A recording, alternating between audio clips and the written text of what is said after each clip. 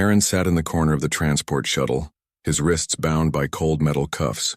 Outside the small window he could see nothing but black space scattered with faraway stars. He had dreamed of flying among those stars one day, but not like this. Not as a prisoner. He was young, strong, and honest, but none of that mattered anymore. Aaron had been framed. The charge was theft of military supplies, a crime that carried heavy punishment. He had no proof of his innocence. The trial was quick, and the sentence was even quicker. Now he was on his way to a prison built inside an asteroid, far from Earth and far from freedom. The shuttle landed with a heavy sound. Guards in dark armor pushed Iran and other prisoners out. The air inside the prison was dry and smelled of rust. The walls were made of black iron, rough and unwelcoming. Long lights hummed above their heads, casting pale shadows across the halls. Every step echoed, reminding them they were walking deeper into a place meant to break spirits. Aaron kept his head low, but his eyes scanned everything. He saw humans like himself, their faces hardened by crime or despair. He also saw aliens, tall and small, with strange colors and shapes. Some had sharp scales, others glowing skin. The prison did not care who they were. To the guards, they were all the same. After hours of waiting, Aaron's name was called. A guard led him down a narrow corridor lined with cell doors. Heavy locks clicked as they walked. The guard stopped at one of the doors, opened it, and shoved Aaron inside. The cell was dark and cold. The iron floor felt rough beneath his boots. In the corner, a figure sat quietly. It was a tall alien woman with silver markings on her skin. Her hair was dark and fell like a curtain over her shoulders. Her eyes glowed faintly. Watching him with calm strength, Aaron froze for a moment. He had never shared a cell with an alien before. The woman did not move or speak. She sat with her back straight like someone who carried pride even in chains.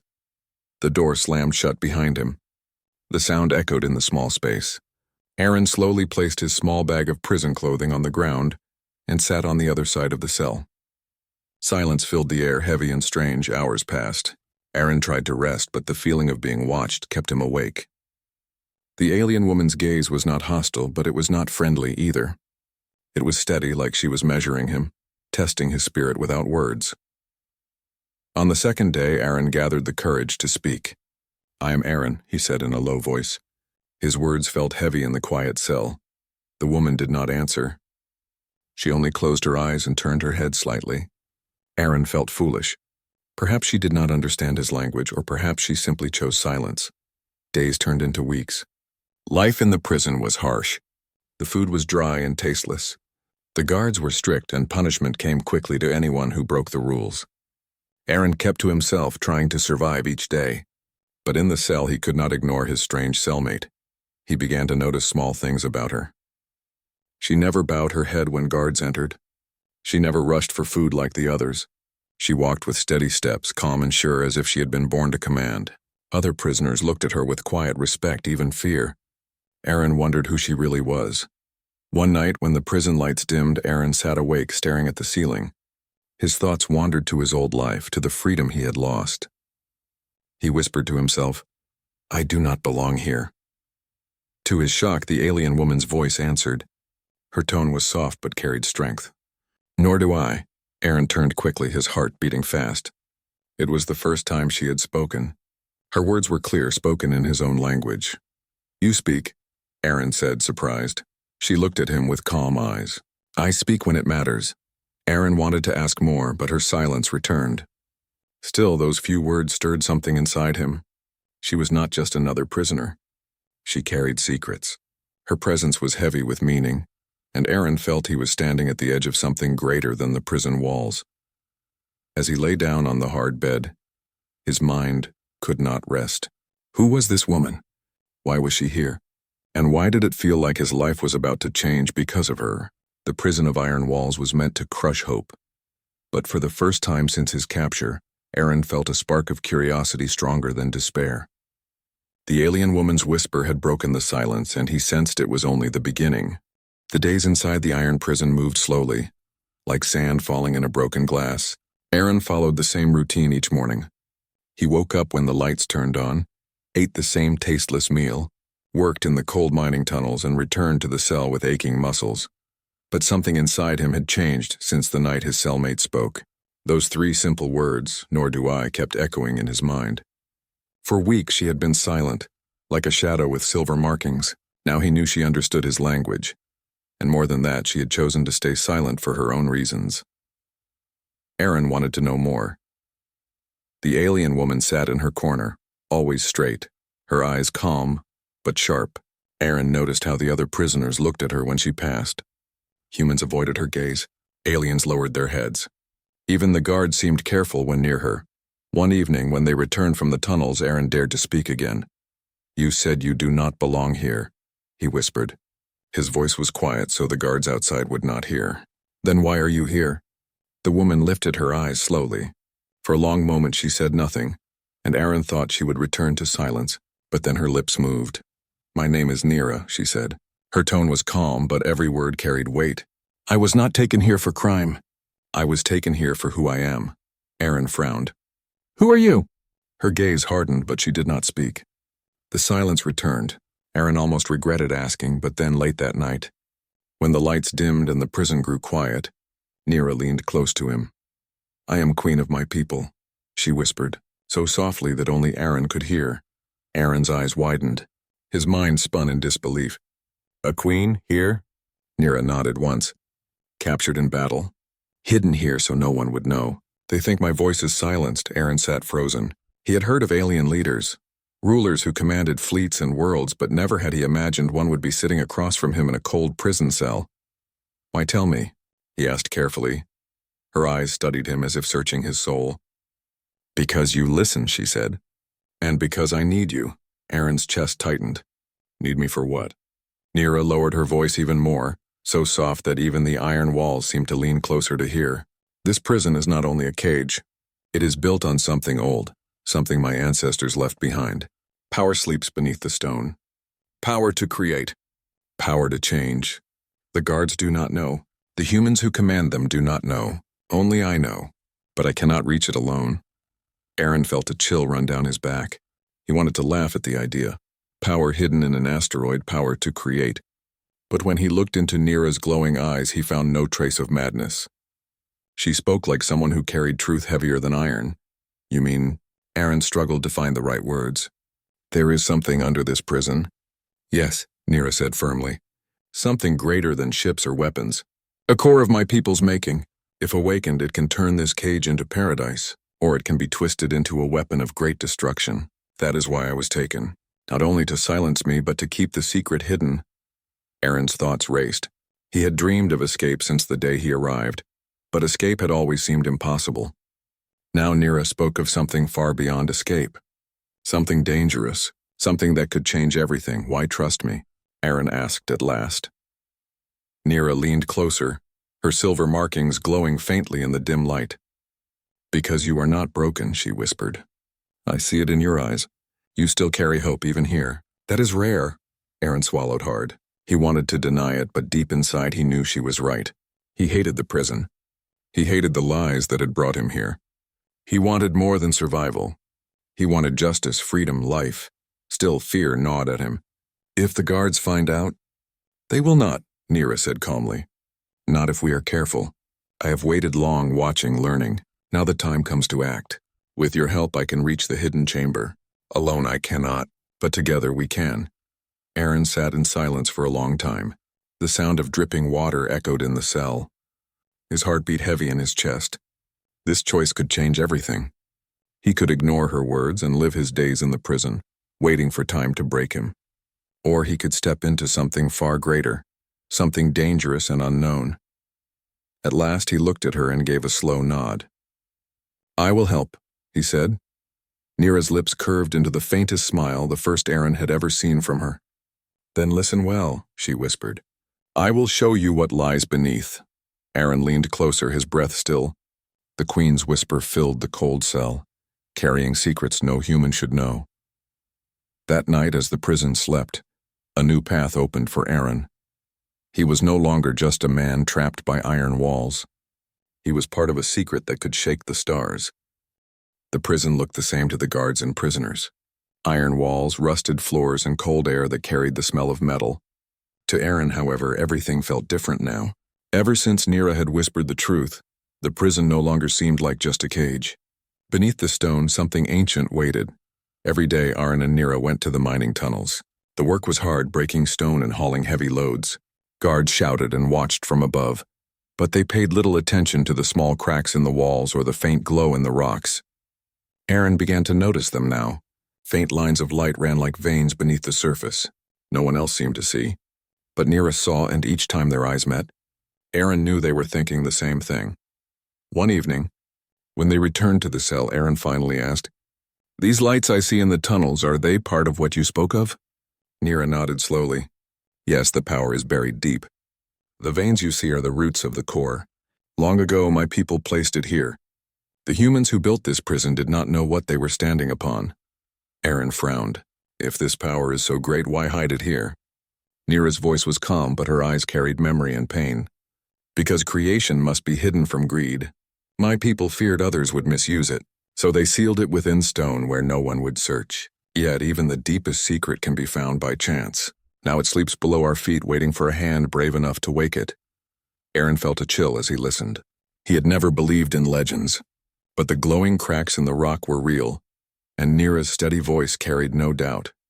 "How do we reach it?" he asked. Nira's gaze hardened. "There is a chamber beneath this prison, hidden, guarded by locks of stone, not metal. I have searched for its path, but I cannot open it alone. I need another pair of hands, another mind willing to see." Aaron leaned forward. "And if we open it, what happens?" Her lips pressed into a thin line. "That depends on us. The core can shape matter, turn death into life, change emptiness into paradise. But if it is forced, if it is used as weapon, it can destroy worlds. That is why it must not fall into the hands of the humans who guard us." Aaron lowered his head, his thoughts heavy. He had once dreamed only of freedom, of escaping this prison. But what Nira spoke of was greater than escape. It was about power, responsibility, and the risk of unleashing something too big to control. That night, when the lights dimmed and silence filled the halls, Nira rose from her bed and motioned to Aaron. "Come," she whispered. Together they moved quietly. The guards were far away, their footsteps echoing faintly down the corridor. Nira led Aaron to the corner of their cell. She pressed her hand against the stone, tracing the silver lines on her skin. To Aaron's shock, the wall shimmered faintly. "Here," she whispered, "the entrance begins." Aaron touched the wall, and he too felt the faint vibration like a heartbeat within the stone. He had walked past this wall for weeks without noticing. Now he felt its secret. Nira whispered words in her own tongue, soft and flowing. The silver markings on her arms glowed brighter, and slowly a crack appeared in the stone. It widened just enough for a person to slip through. Aaron's heart pounded as he followed her inside. The passage was narrow and dark, but faint blue light pulsed in the walls. The deeper they went, the more the stone changed. It no longer looked like rock dug by miners. It was smooth, shaped with purpose, as if carved by ancient hands. Finally, they entered a chamber. Aaron's breath caught. The room was round, its walls covered in glowing patterns.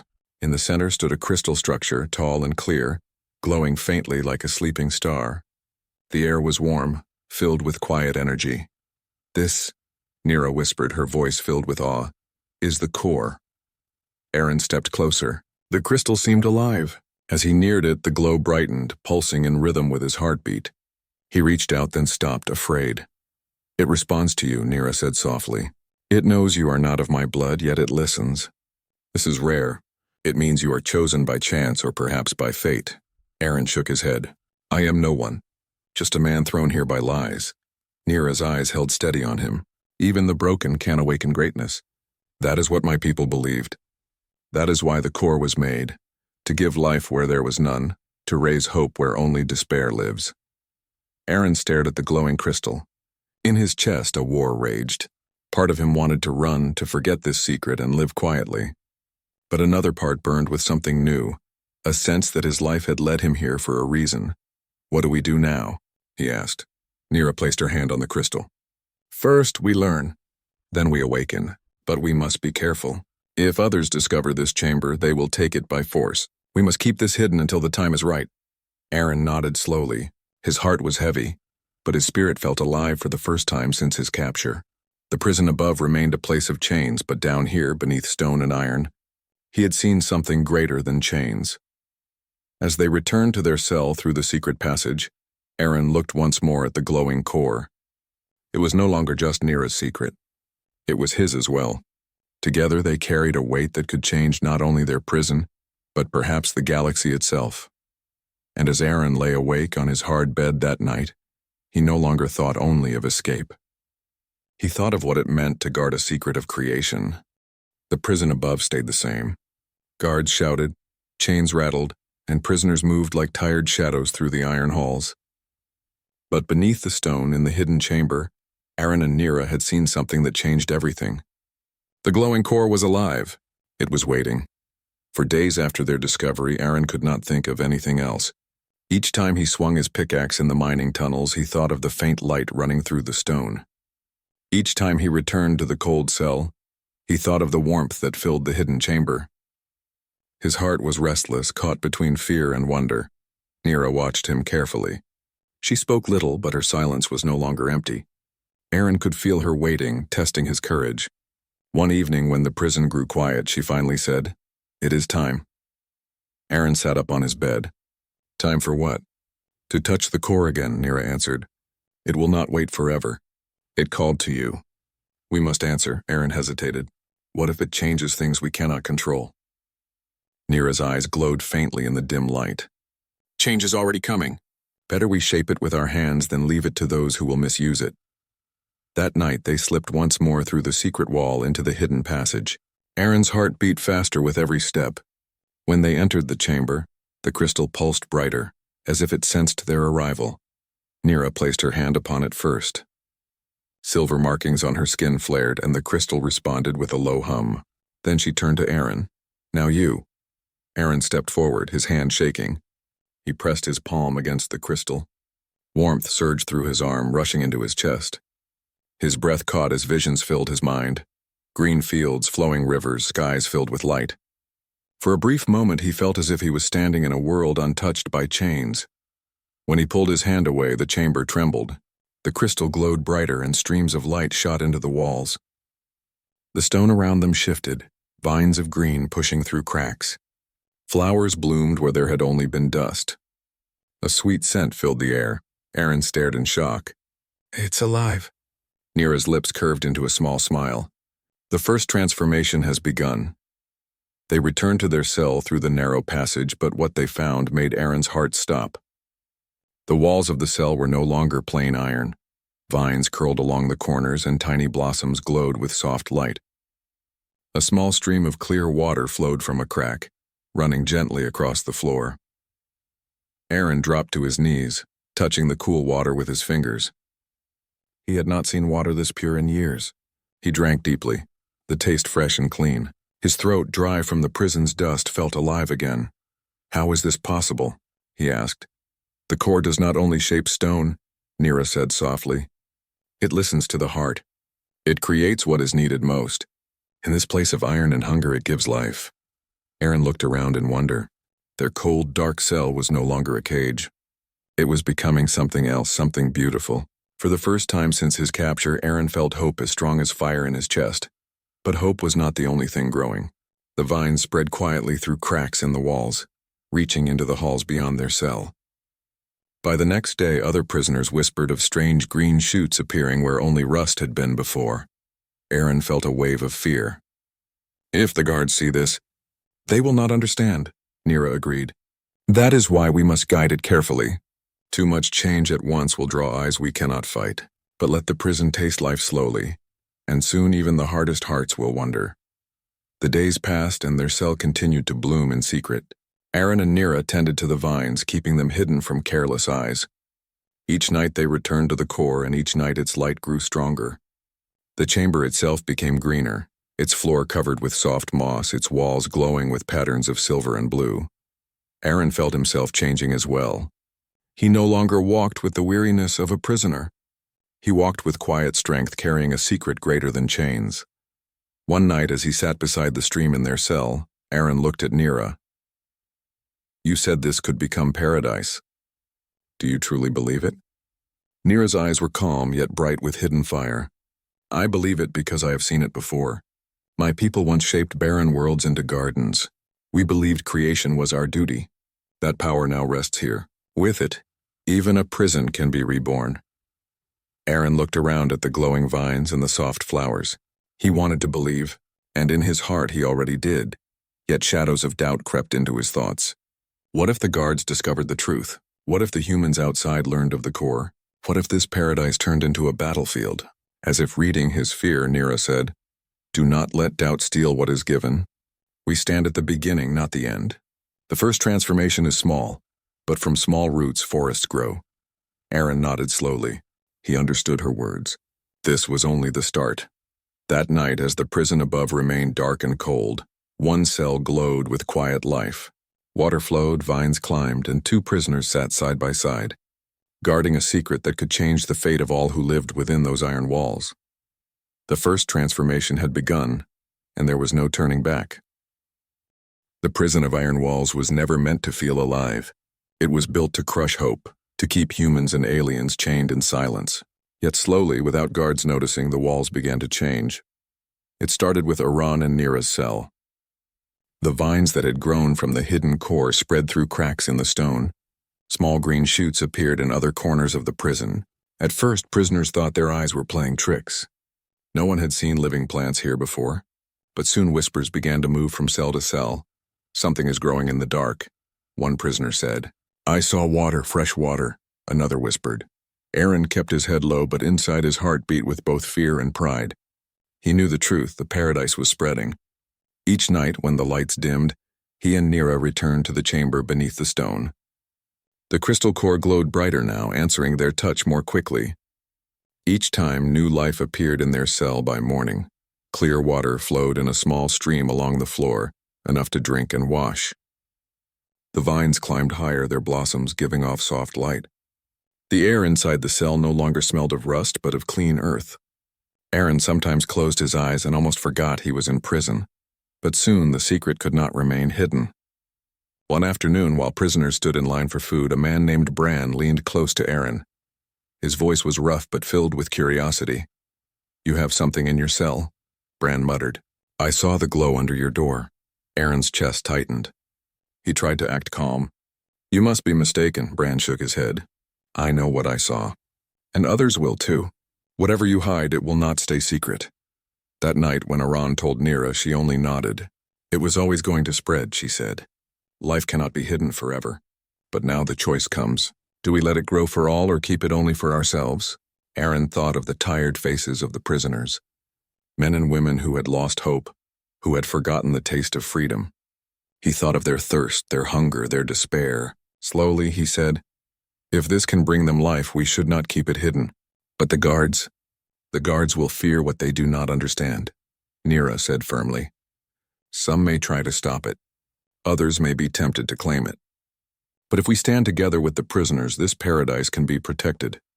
The next day, Aaron made his choice. He let Bran and two others enter their cell when the guards were away. Their eyes widened at the sight of the glowing vines, the blossoms, the flowing stream. Bran touched the water with shaking hands. "This is impossible." "It is real," Aaron said quietly, "and it can spread. But you must promise to protect it." No word to the guards. Bran looked at him, then at Nira, who stood tall and calm like a figure of fire. At last he nodded. "We will keep it. We will guard it." Word spread carefully from prisoner to prisoner. Soon, many knew the truth. The prison was changing. Cells that had once been cold and empty began to bloom with hidden life. Tiny gardens appeared in corners. Streams of clean water trickled through cracks and soft light filled the darkness. For the first time in years, laughter echoed faintly through the halls. Prisoners shared the water, touched the glowing blossoms, and felt hope rise in their hearts. Even some guards noticed, though they did not yet understand. One guard whispered to another, "The air smells different, cleaner." Another muttered, "Strange moss on the walls." Must be nothing. But the change could not be denied. The paradise was spreading faster now, guided by the hidden power of the core. Aaron felt the weight of it each night when he and Nira touched the crystal. He felt stronger, more alive, but also more afraid. If the wrong eyes saw too much, the secret would not stay safe. One evening, as they sat beside the stream in their cell, Aaron asked Nira, "Do you think the others will follow you if danger comes?" Nira's gaze was steady. "They will follow not me, but what I carry. Hope. No prison can hold it once it takes root. They will protect it because it is theirs now, not only ours. Aaron looked around the cell, glowing softly like a piece of another world. He realized she was right. The prison was no longer just iron and chains. It was becoming a sanctuary, a forbidden paradise growing in secret, fed by the will of those who needed it most. But deep inside, Aaron knew the danger was close. Whispers were spreading too quickly. The paradise was too bright to hide for long. The human commanders outside would soon hear strange reports, and when they came, they would not come with open hands. They would come with warships. For now, though, the prisoners breathed cleaner air. They drank fresh water. They touched life where none had been before. And for the first time, they dared to dream not of escape, but of a new world built within their prison. The paradise was spreading, and nothing could stop it.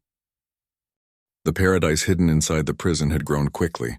Vines crawled along walls. Soft water flowed through new streams, and faint light glowed in corners where darkness had ruled. Prisoners whispered in awe, and some even laughed quietly. For the first time, hope lived among the iron and stone, but with growth came attention. Aaron noticed it first during a routine work detail. One of the human guards lingered longer than usual near the tunnels. He frowned at the faint glow in the cracks of the walls. Aaron felt a cold knot in his stomach. The secret they had nurtured was too strong to remain hidden forever. That night in their cell, Aaron told Nira what he had seen. The guards are noticing changes. They may discover the paradise soon, he warned. Nira nodded, her eyes calm but serious. I felt it too. The core whispers of danger. We have been careful, but even careful is not enough when life grows so fast. Aaron clenched his fists. What do we do? If the guards report this, the humans outside will send ships. They will not leave it alone. Nira stood tall, her silver markings glowing faintly in the dim cell light. Then we prepare. Not with weapons, but with knowledge. The prisoners who follow us must understand what they protect and why. The paradise is more than beauty. It is power, and power must be guarded. Over the next days, Aaron and Nira taught trusted prisoners about the hidden life beneath the stone. They showed how the vines and streams came from the core, how it responded to hope and courage, and how they could guide it without attracting attention. Humans, aliens, all were included. The unity was strange at first, but soon, the shared secret gave them strength. But danger was not idle. One morning, alarms sounded. Guards rushed through the halls, shouting. Aaron and Nira exchanged a quick glance. They had expected this moment. The human commanders outside had been informed. They sent scouts to investigate the strange changes reported by the guards. Now soldiers moved through the prison faster, searching for anything unusual. Aaron felt fear, but also determination. We cannot let them reach the core, he said firmly. Nira touched his shoulder. Then we protect it together, not as prisoner and alien, but as guardians of life. As the soldiers approached, Aaron and Nira guided the prisoners to prepare. Vines from the core could move slowly, forming barriers. Streams of water redirected paths. Hidden corners and passages led soldiers into empty halls while life spread silently around them. The prisoners worked quietly, following Aaron and Nira's lead. A group of guards discovered a cell where the vines had reached the ceiling. They shouted and tried to enter, but the plants moved, guided by the core, forming a wall of green. The soldiers stopped, confused. Water flowed along the floor, making the iron surface slippery. They could not move forward without risk. Aaron watched from a shadowed corner. His heart raced. He had never imagined leading prisoners into a quiet defense like this. But now he understood courage was not only in fighting with weapons. Courage could come from protecting life itself. The commander's voice echoed from the corridors above. Search every cell. Nothing may remain hidden, Aaron whispered to Nira.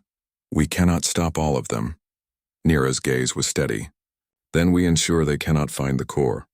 The rest is in their hands. With careful guidance, prisoners led soldiers away from the hidden chamber. Vines grew denser, blossoms glowed brighter, and the streams moved subtly, blocking paths. The paradise had become a shield, alive and responsive. Finally, the soldiers retreated, confused and frustrated. The commanders could not understand how a prison of iron walls had become a place where life itself resisted discovery.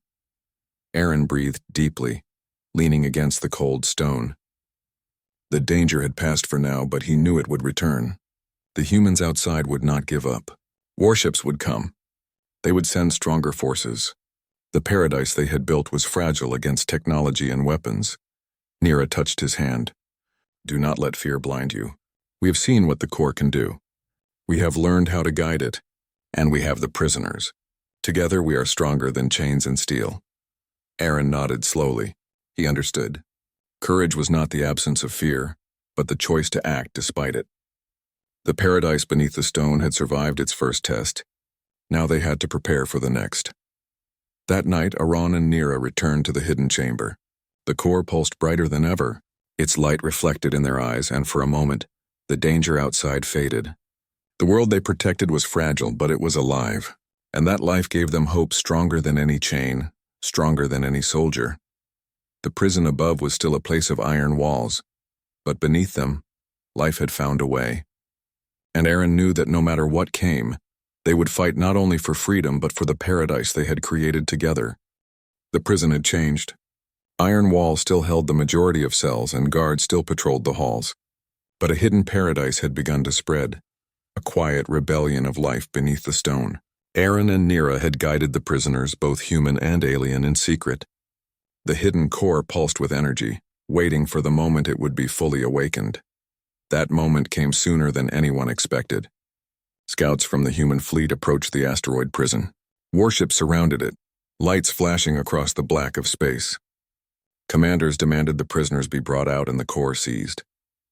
The prison had been discovered, and now the true test would begin. Aaron felt a cold weight in his chest as he stood beside Nira.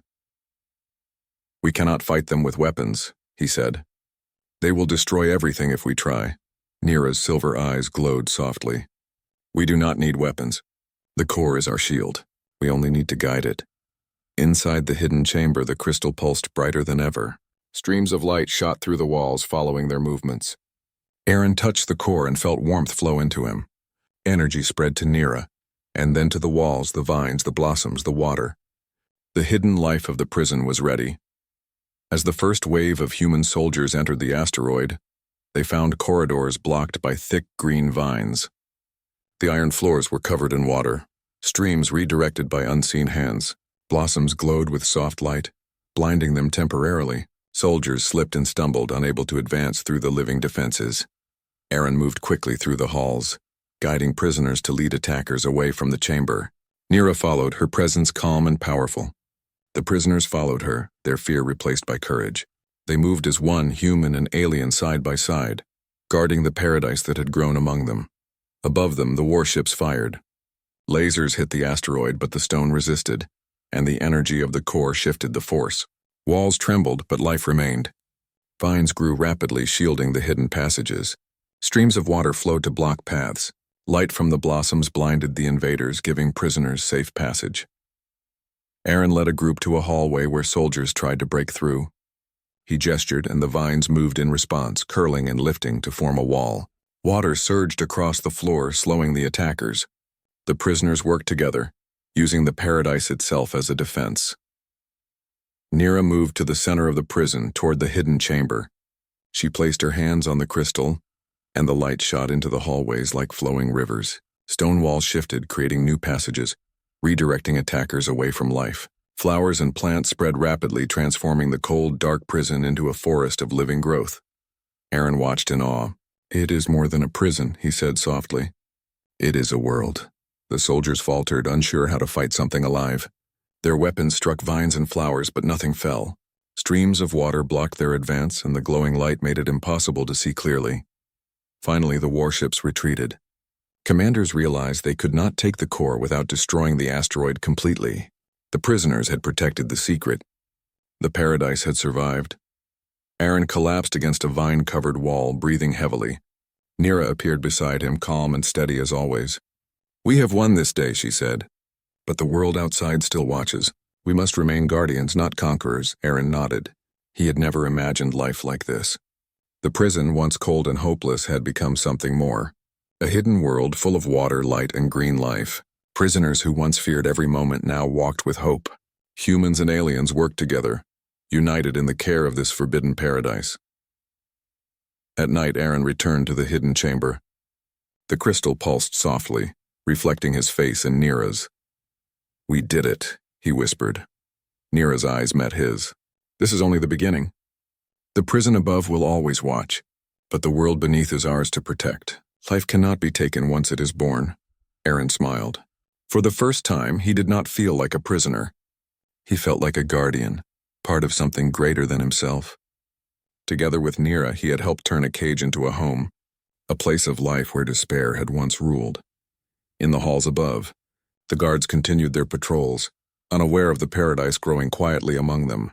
And in the hidden chambers, streams of water flowed, vines reached higher, and blossoms glowed softly.